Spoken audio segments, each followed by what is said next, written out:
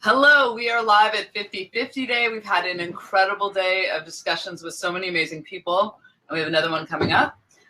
We have the fabulous co-founder of 50/50 Day, Julie Hermelin, who's live in New York at Neuhaus with an amazing... In LA.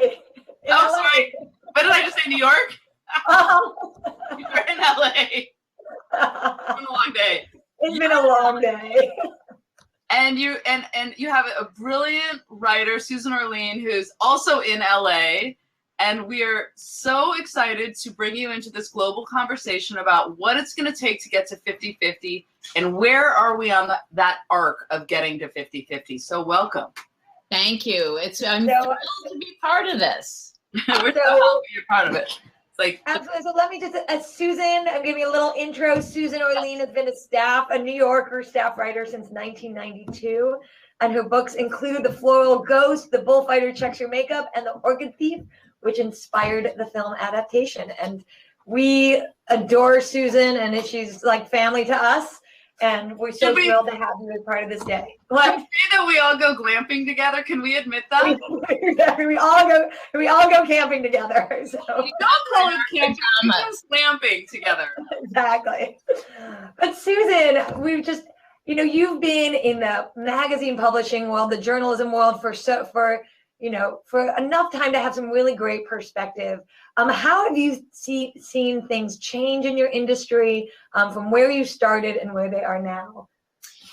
The New Yorker has been a really interesting home in that regard because there are people who have been there for a very, very long time.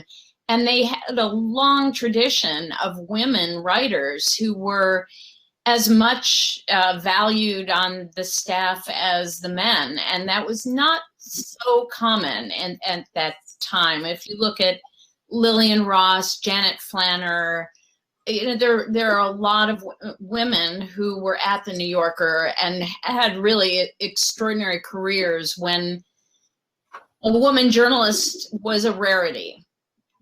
At the same time, it's not a business that's been very particularly kind to encouraging women to remain for the long haul. You may find lots and lots of young women entering the publishing world, the world of journalism, and then they start falling out. And it's an issue, quite honestly, in large part, a childcare issue. It's not a profession that has regular hours that makes it easy to practice the craft if you don't have that flexibility. And I think it's always been an issue, and it's not, if you were to go back in the tradition of the magazine and look at a lot of the women who succeeded, most of them didn't have families, whereas the men all did. And I think that is a glaring difference. That's really interesting. Do you feel in the writer community, do you feel like there's a network of mentorship and kind of women's support? I mean, I know there is. That's my sense that there is from all my women writer friends. I think that when I was first getting started, there was a little bit of an inkling that there could only be one girl who would succeed. And I think that was partly an imagined barrier. I don't think it was ever particularly true, but I think women were more competitive with each other, imagining that there was a very small slot to fit in. And over time, I think that's really changed. I absolutely feel there's an enormous amount of support. As a matter of fact, there is an anthology about to be released of women journalists. And it's to bring attention to people who've been writing, some of whom who have had long careers that extend well into the past.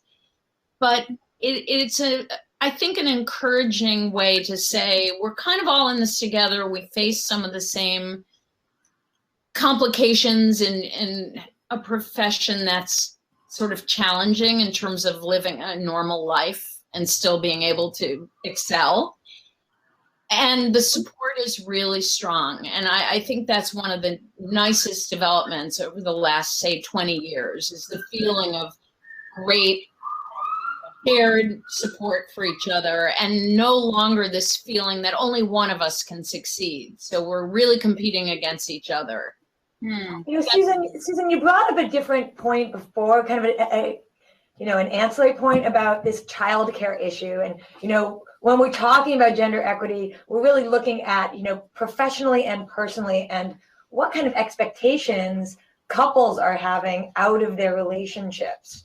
And in the time that you've been there, and even I know in your own relationship, this, you know, looking at how do we change what a relationship with a child looks like.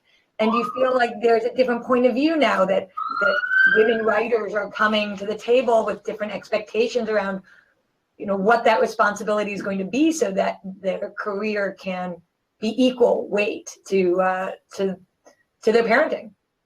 And I think this is the endless and never-ending issue that women face, and this is one of the strange sort of aftermaths of feminism, is feeling that you can never do it all well, and you can never be a great journalist unless you're willing to be a terrible parent. And that's really difficult. You know, and there are women that I look to, say Joan Didion, and actually a lot of what she writes about in her book about her daughter's death is her own anxiety about whether she was a good enough parent. And I'd be very curious to see the first man who wrote a book saying, geez, you know, my career, I had a great career, and maybe I wasn't such a good parent. It's, what do we do around that? I don't know. I think part of it is, as you say, kind of resetting the notion of good parenting, which is maybe not the model that we grew up with, or not really anything we've ever seen before. You know, it's interesting. I'm sorry, Julia, did you? Oh, yeah, I was just saying, there's this, and I'm just wondering, because we have had some filmmakers on, and we haven't really had writers on so much, but, you know, what kind of role do writers have to play in this campaign, in this movement towards gender equity, and changing existing notions, existing ideas? Well, I think that the external role we can play is to model for young women the fact that you can be a brave, enterprising reporter who has a very full and immersive life in the world of journalism, but that you're also capable somehow of having this three-dimensional persona that also includes a family, if that's what you choose to have. So I think that the more women who are in the profession, the more we level out our own self-criticism, because if you're the only mother who's out reporting on, you know, out doing as a war correspondent, and you're not the one at pickup after school, that gives you a different kind of guilt than if there are 20 moms who are very deeply engaged in their professions and aren't at pickup. So I think for me, it was really great when there were a lot of women. You know, the New Yorker hired in lots of women over the last 20 years. The ranks have really grown. The executive editor is a woman. My editor is a woman. There are tons of women. The two Pulitzer Prize winners at the New Yorker this year were both women, or rather last year. So as there are more people around where you can say, oh, I'm okay. I mean, you know, I'm Emily Nussbaum is a Pulitzer Prize winning television critic, and she's a mom. She has a couple of children, and she seems able to function. I think there's just so much value in saying I'm not the outlier. I'm part of a group of people who are making a new way. Well, you know, I think that that's a kind of a beautiful arc to close on, because what we're talking about in so many conversations, we've really gone on so many different cross sections of the issue. And what you're saying is actually quite hopeful on where we are in that arc, that there's a lot more examples of women doing it differently and all the diversity of how you can do it. So you don't have to be so critical that there's one way to do it. And so I think that's really wonderful. It makes me happy. Yeah. But you're seeing that. We've had some dark conversations, right? We've had some really intense conversations. No, well, I sure think it's hard. I think it's incredibly hard. And I have an incredibly supportive husband. I still think he doesn't quite understand the difference in his experience of work and life compared to mine. Every time I travel for work, I feel I trim as many days off as I possibly can. And he goes on a business trip and he goes on a business trip and he doesn't suffer about it. And he's a great dad. So we experience it so differently. And for me, seeing more women doing it and being able to say, it's okay. It can be done. It's difficult. It's challenging, but guilt shouldn't be part of it. But listen, we're all doing this is hard. Guilt is ingrained in absolutely every way. When you're talking about business travel, I am just like, I'm racked with guilt. When I have a day or a moment where I'm not feeling guilty, and I do, like you, I'm just like trimming and doing these I went to London for a day last month. Okay, that's about the worst I've ever heard. I do want to add one thing. Like the other day, Susan, you saw the email from the school. None of us did. And it was like, you won. You win the parent. You win the mom award. I would say won the mom award. We all back each other up. I'm usually the one who doesn't see it, and I have to tell you, because this explains everything I'm saying. I was supposed to be at a writer's colony focusing for a couple of weeks in New Hampshire, just so I could get my work done.